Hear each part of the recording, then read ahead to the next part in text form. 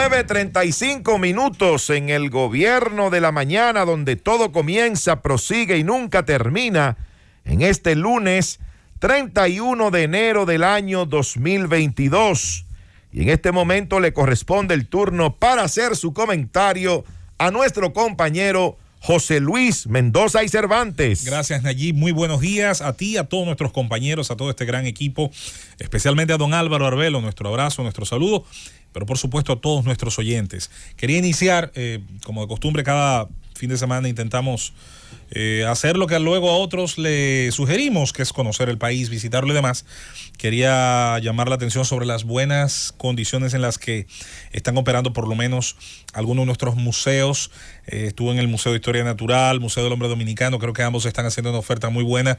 Es una opción muy importante, sobre todo para llevar a nuestros niños fines de semana, que mucha gente se queda en la capital, que no tiene la alternativa de salir del Gran Santo Domingo, además de que está ubicado en un área muy cómoda del Distrito Nacional, con sombra, con parqueo. Es una opción que quería hoy sugerir porque hemos disfrutado de ella y sobre todo porque se está haciendo un esfuerzo, siempre con lo poco, porque nunca es con lo mucho, los presupuestos de esas instituciones, para tratar de ofrecer un paseo interesante, una experiencia interesante a quienes van allí. Hay un planetario donado por el gobierno japonés, hacen un trabajo educativo interesante, están en muy buen estado las exposiciones, hay un personal que hace un buen trabajo. Al mismo tiempo quiero llamar la atención, esto sí es una sugerencia, el estado del edificio de nuestra Biblioteca Nacional Pedro Mir, mejorarlo.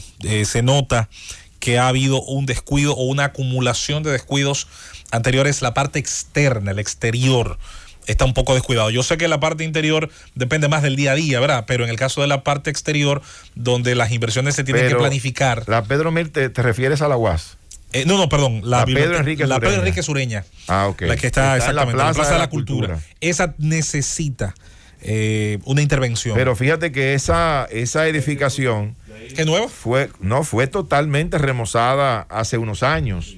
Y pues parece que no se está haciendo el mantenimiento preventivo. Toda la zona de la Plaza de la Cultura, recuerda que se hizo una intervención mayor en la pasada gestión de gobierno del presidente Danilo Medina, donde el Ministerio de Cultura intervino el Museo de Historia y Geografía, el de El Hombre, el de Historia Natural, toda esa zona, esos museos que están ahí en esa Plaza de la Cultura Juan Pablo Duarte, claro, fueron remozados e intervenidos por las autoridades. Pero en nuestra mentalidad, con permiso de José Luis Mendoza y de Nayib Chaede, es de la falta de mantenimiento.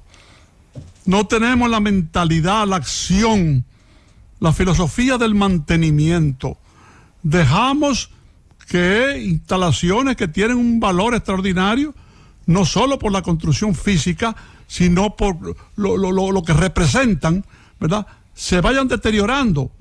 Esa falta de mantenimiento se da inclusive en las casas privadas. Entonces, la Plaza de la Cultura, ¿verdad?, que hizo Balaguer, la Casa de la Cultura ha ido deteriorándose de manera tal que edificios como el de Historia y Geografía han tenido prácticamente que tratar de hacerlo de nuevo, porque se desplomó. Sí, es justo lo que hay que tratar de evitar, don Álvaro. Por eso el mantenimiento debe ser parte de los costos de mantenimiento, digamos, fijos. Debe hacerse de manera preventiva, debe de alguna manera incluso un calendario de intervenciones.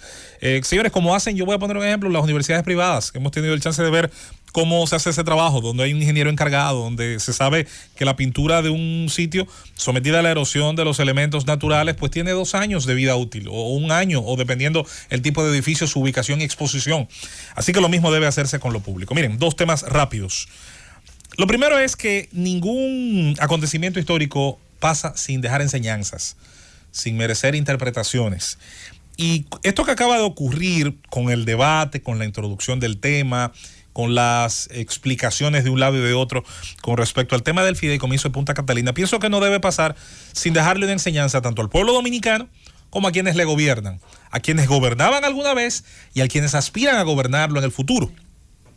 Y es que los pueblos tienen el derecho a hacer presión. La presión se puede hacer de diversas formas. Hay formas organizadas, como es el cabildeo, el lobismo, las instituciones de la sociedad civil, las instituciones académicas, religiosas, que dependiendo del tipo de país y el modelo de sociedad, saben jugar su rol. Lo malo no es como muchos creen. Por ejemplo, que los empresarios se organizan. No, lo malo es que los otros sectores de la sociedad no hagan lo mismo. Por eso siempre decimos aquí, y ustedes son testigos de que es algo que es repetido en nuestros comentarios, hemos dicho que desde la más humilde junta de vecinos del país tiene que organizarse, elegir a sus miembros. Don Álvaro mencionó, por ejemplo, en su interpretación del tema del mantenimiento preventivo, don Álvaro mencionaba de las viviendas privadas. ¿Saben qué? El régimen de condominio es un ejemplo de por qué es tan importante entre vecinos tener una comunicación clara, saber quiénes están al día en el pago del mantenimiento, cuáles son las exigencias una vez hacemos ese pago que debemos hacer para que escaleras, parqueos, la pintura del edificio, la iluminación de los espacios en común, las áreas de las que disfrutan nuestros hijos en ese condominio, por ejemplo. ¿Cómo se puede hacer eso? Siendo responsable con los pagos, pero también ejerciendo mecanismos de presión proactiva, como es tener un buen régimen de condominios, una buena junta de vecinos. En el caso de la sociedad en general, está compuesta por grupos de productores, grupos industriales, los consumidores. De alguna manera hay instituciones que se suponen en su nombre velan por reclamar el cumplimiento de las promesas que se hacen a través de la publicidad, a través de la etiqueta y a través de otros mandatos. Entonces la sociedad organizada hace presión. ¿Hacia dónde? Bueno, se debe hacer en teoría hacia la dirección de la legalidad, cumplimiento de la ley. A veces no basta con ello, porque una ley puede parecernos injusta, hacia la legitimidad, que es la forma en la que esa ley, esa norma, no solamente tiene el cumplimiento legal de que la aprueba el Congreso o de que la manda el presidente, sino que es legítima porque suele representar, digamos, el beneficio de ese pueblo, de esos contribuyentes que están representados en ese gobierno. Y la otra dirección suele ser hacia la transparencia que busca demostrar que el manejo de los fondos públicos es el correcto, que hay un respeto a ese tesoro común de los dominicanos en este caso, y que las decisiones que se tomen con ese tesoro común pues sean las más válidas y razonables. Así que yo creo que ese es el aprendizaje. Hay un pueblo que está decidido a hacer presión. Yo creo que de la Marcha Verde para acá muchos políticos aprendieron a veces de la manera más errada a juzgar esa capacidad del pueblo a hacer presión. Incluso a veces ocurrieron movimientos de presión que yo creo que ni siquiera a veces los mismos medios interpretaron correctamente luego de que pasó el tiempo, luego de que tomó forma política, luego de que terminó generando una afectación política. Entonces los interpretamos correctamente. Ahora se ha dado, por diferentes ejemplos en los últimos años, esos mecanismos de presión. Los medios juegan un rol importante a través de comunicadores que hacen las preguntas del lugar, que toman los temas del lugar, que hacen sugerencias, críticas constructivas, a veces polémicas, pero que sin duda se intentan empujar hacia la dirección correcta. Cerrando ese tema ya para finalizar, porque continúa el espacio y tenemos invitados especiales, solamente voy a cerrar el caso que hoy más temprano tocó don Álvaro Arbelo sobre Pedernales, y le voy a agregar lo siguiente. El tema del desarrollo del polo de Pedernales es sumamente interesante porque primero ya la naturaleza, sin que nadie lo preguntara, sin que nadie lo pidiera ni lo exigiera, puso ahí la riqueza potencial, que es el paisaje, que es la playa, que es el clima, que es todo el proceso geológico que ha ido dejando. Y eso está muy bien, José Luis, magníficamente ponderado. Tú eres un poeta de la comunicación. Ahora se necesitan obras, realidades, que durante tantos años se ha hablado de un puerto, de un aeropuerto, de grandes construcciones, y no se ha hecho absolutamente nada. Así es. Ese potencial natural, y ya para finalizar, ese potencial natural y que está ahí, ahora hay que complementarlo.